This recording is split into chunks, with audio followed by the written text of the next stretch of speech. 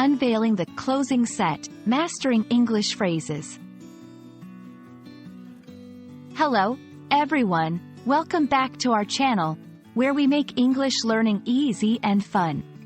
Today, we are going to uncover the meaning behind the phrase, closing set.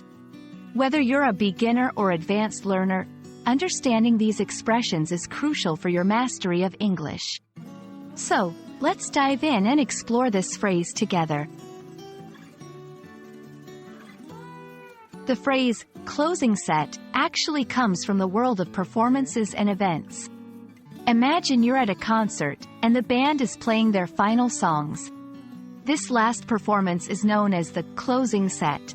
It's the act that concludes an event, leaving a lasting impression on the audience. In everyday English, closing set can be used metaphorically to describe any final sequence in an activity. For example, if you're in a meeting, and someone says, "Let's go over the closing set of points," they're referring to the last items to be discussed. It signifies an approach to an end and wraps up the session.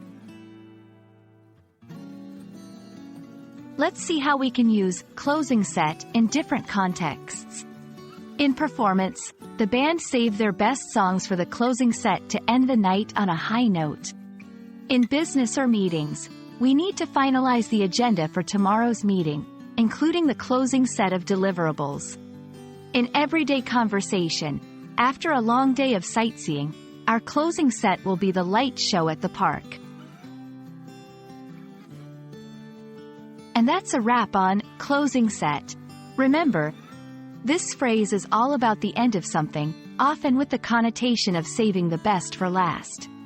We hope this video has given you a better understanding of how to use closing set in various situations. Keep practicing, and don't forget to like, share, and subscribe for more English language tips. Happy learning, and see you in the next video.